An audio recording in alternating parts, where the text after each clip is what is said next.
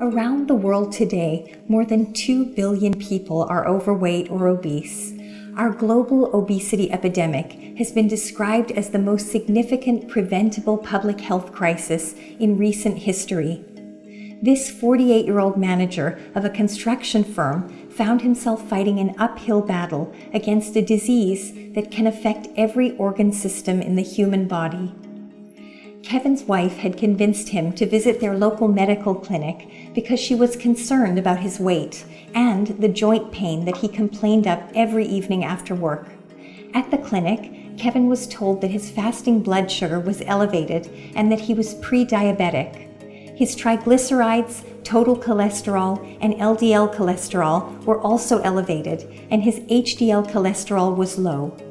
Standing 5 foot 7 inches tall and weighing 180 pounds with predominant central obesity, Kevin's physician calculated a BMI of 28 kilograms per meter square. Kevin was informed that he was overweight and suffering from metabolic syndrome, a collection of biochemical and physiological abnormalities associated with the development of cardiovascular disease and type 2 diabetes. The physician on duty advised Kevin to make some major lifestyle changes by eating better and getting more exercise. 6 months later, Kevin returned to the clinic weighing 9 pounds more than he had at the previous visit.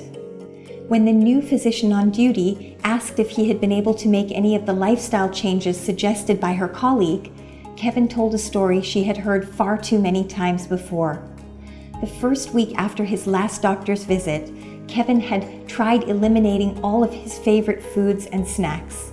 He skipped breakfast, drank a meal replacement shake for lunch, and ate a calorie-reduced frozen dinner in the evening. He had also tried to eliminate the fat in his diet. The first week, Kevin lost 4 pounds, but as the weeks went on, he found it impossible to stick to this bland, restrictive diet, and he noticed that he was replacing his favorite high-fat foods, like potato chips and pizza, with foods that were high in sugar. In the evening, he would find himself in front of the television, snacking on multiple packages of Swedish fish. By the time he went to bed, he would almost always feel he had overeaten.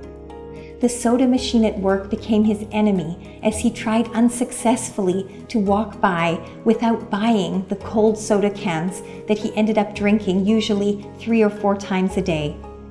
He and his wife both worked long hours, so one of them would usually stop for takeouts on the way home, and they would end up sharing a pizza and a 2-liter of Coke, exhausted from their long days of work. Regular exercise was difficult for Kevin because of his joint pain, and he often felt that he just didn't have the energy to move.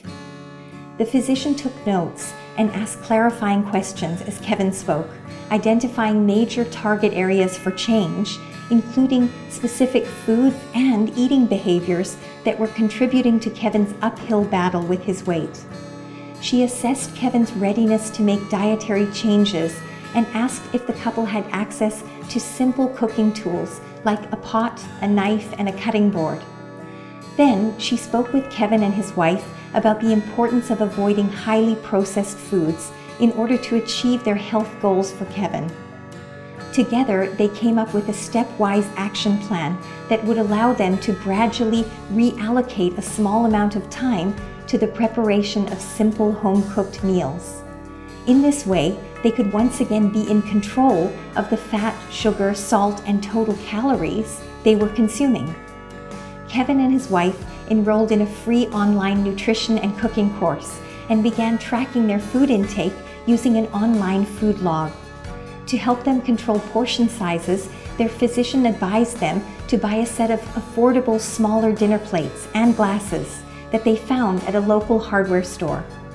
The couple kept their meals simple, but made sure that each plate was composed of 1/2 plant-based foods, like fruits and vegetables, with the other half of the meal made up of lean protein and whole grain carbohydrates. Over the next 4 weeks, they gradually began to feel more comfortable in the kitchen. Kevin tried his hand at making veggie omelets and a stir fry and even a homemade tomato sauce. he started to feel pretty good about the food he was able to prepare at home.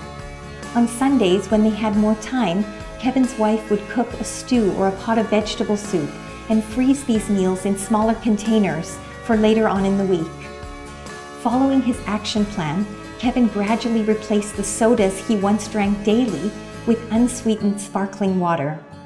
6 months later, and with regular follow-up visits, Kevin's weight had dropped to 165 pounds, and his joints were no longer hurting him, allowing him to start walking regularly.